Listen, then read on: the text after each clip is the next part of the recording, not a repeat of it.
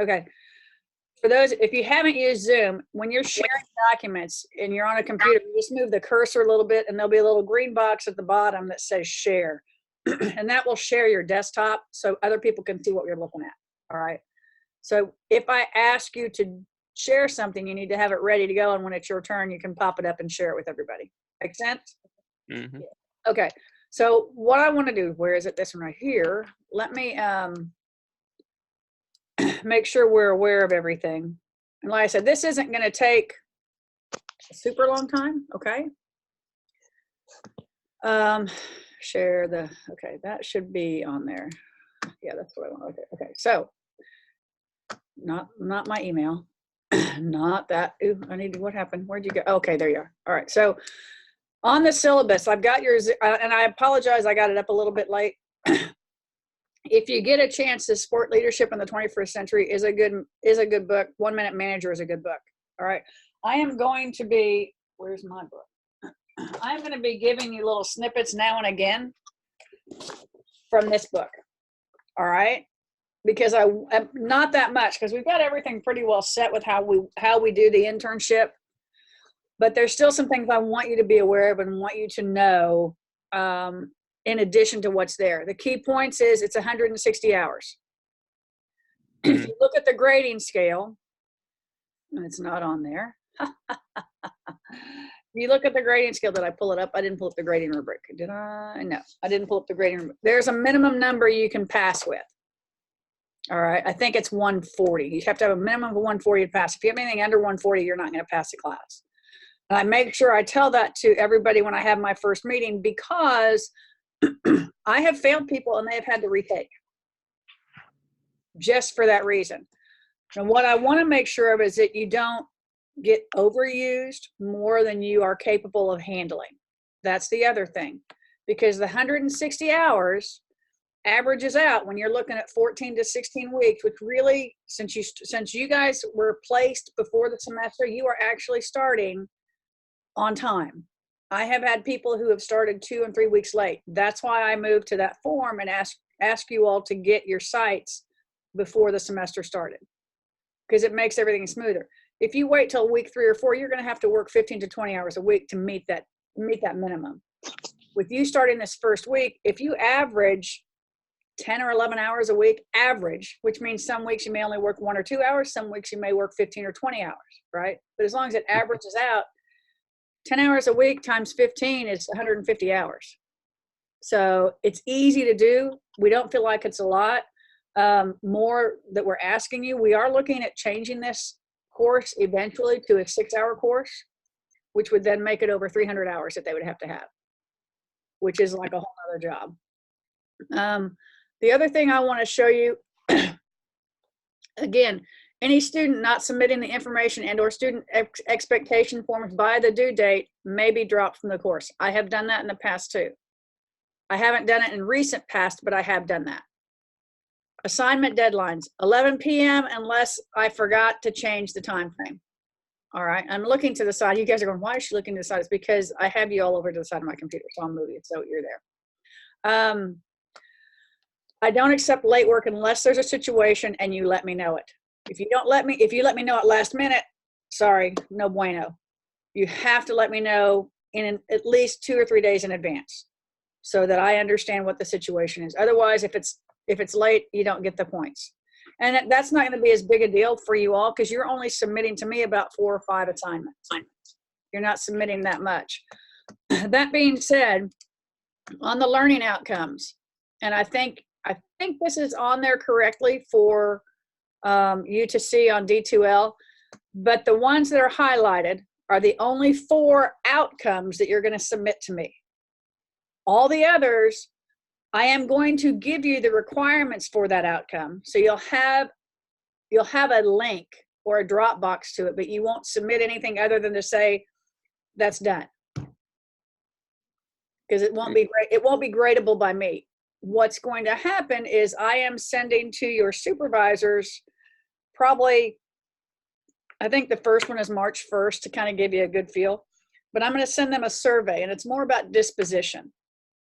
They're not going to give you a letter grade or really a number grade. They're going to have what's basically a disposition survey. Let's say the budgeting, I want you to demonstrate that you understand how to develop a budget and what it's done. So in that assignment, I'm asking you to sit down with a supervisor or somebody at your facility to understand their process. Who's responsible for developing the budget? Who's responsible for approving the budget? What, how are they held accountable? That type of stuff. And so when I send the survey out to your supervisor, it will say, concerning the budget, did this happen? Do you feel like they understand the process for budgeting, the accountability idea for budgeting, and how to develop a budget? On a scale of 1 to 5, where do you see them fitting in? Does that make sense? Because that's how it will be for you've got 9 outcomes. So for 10 outcomes, 9 outcomes. So for 5 outcomes, your supervisor will evaluate you on that Likert scale. Additionally, they will give you an overall evaluation twice in the semester. First time is just to make sure that there's no hiccups, make sure everything's going well. So that one is not gradable. The second one, the final one that is due to me on May 12th, is your grade from your supervisor for the whole internship. Okay? So you need to be, and I've only had 2 or 3 in the past that have had any issues. I really haven't had a lot. But I just want you to know that that's coming. And you can sit down with them after your initial, and they send those directly to me. The supervisor evaluation shouldn't be going to you. Okay. All right. But you also have to do an evaluation of yourself. And that's an honest evaluation. You get credit for submitting both of them. It's very minimal. But you at least get credit because I want you to realize that you have to do that paperwork. It's just there. Okay. So this learning outcome is what I sent to your supervisors because I'm sending each of them. Where is it? See, I've got all this stuff to send you. Isn't this wonderful? I'm sending each of your supervisors after I have received your information form, this letter that kind of shares out what, oh, I forgot to change that. I sent Sarah Lindeman. Chelsea, I sent yours and I forgot to delete that. I'll have to fix that from Sarah. But it basically says, and you can have I can post this for you all so you see it. But here's this part talks about the evaluation. So they've gotten this letter so they understand what their role is. They're going to get that as soon as I get your stuff because I want that out there so that they have it. Okay. The next assignment, which is due on the 28th, is this learning plan. All right. This is a paper copy. I think, and I'm going to double check as soon as we get off, I have put this one on D2L. This one you can go in and actually write to it. Okay, so you can submit it to me electronically through D2L. Okay. You don't have to upload and download. This you just pull up, you fill it in, save it, and it's there. Okay. You may have to upload it to D2L, but you don't have to go in and do a whole lot of extra work. Does that make sense? Yes, Right. So that one is being sent to you. That one should be on D2L for you to fill out. I just wanted you to make sure you understood that equipment, outcome, and these are the same ones that are on your checklist. If you look at your checklist, I've highlighted when our Zoom meetings are, but all of your stuff is here with the date. When you submit them in, I will mark them off. I've already marked off the site finalization, the information form for those who've done it. The learning plan is due on the 28th. Your first discussion board is due on the 30th. And I think that's up. If not, I'll put it up today and change that date. You know, I can change dates just like that. It's all good. Your resume is the next thing on your resume. When you submit your resume, it needs to be cleaned up from programming. Do not send me what you sent me for programming. You've done more since then. Make sure, I would suggest, since all of you are here in Wichita Falls, you make use of either your human resources person at your facility or their career development center and have them help you with, take the resume you've already done and say, I need to get this bulked up. So when I finish about March, if I want to send resumes out, they're ready to go. Okay. That's really what that purpose is. You will get, when you submit the resume, you'll get an initial grade, and then it's up to you whether you want to resubmit for a higher grade.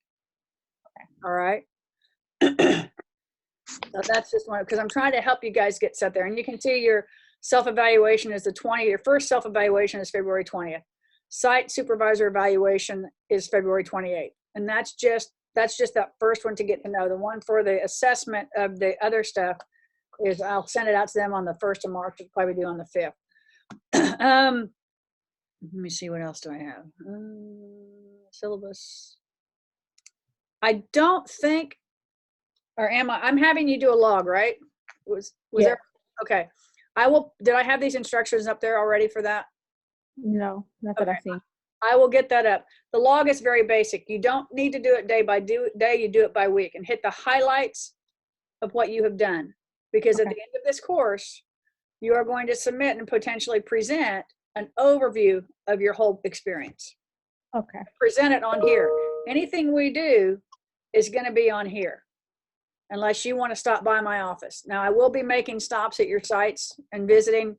Since everybody's in town, probably I'll hit everybody at least twice this semester just to check up and see how things are going. Plus, if there are any issues that you see, you need to let me know immediately. Okay. All right, we need to take care of those as soon as possible so you can have a quality experience. All right. Okay. Let me see if I hit everything. Because see how quick that was, Javier? Let me see if I hit it all. Discussion boards are up there. Some will have,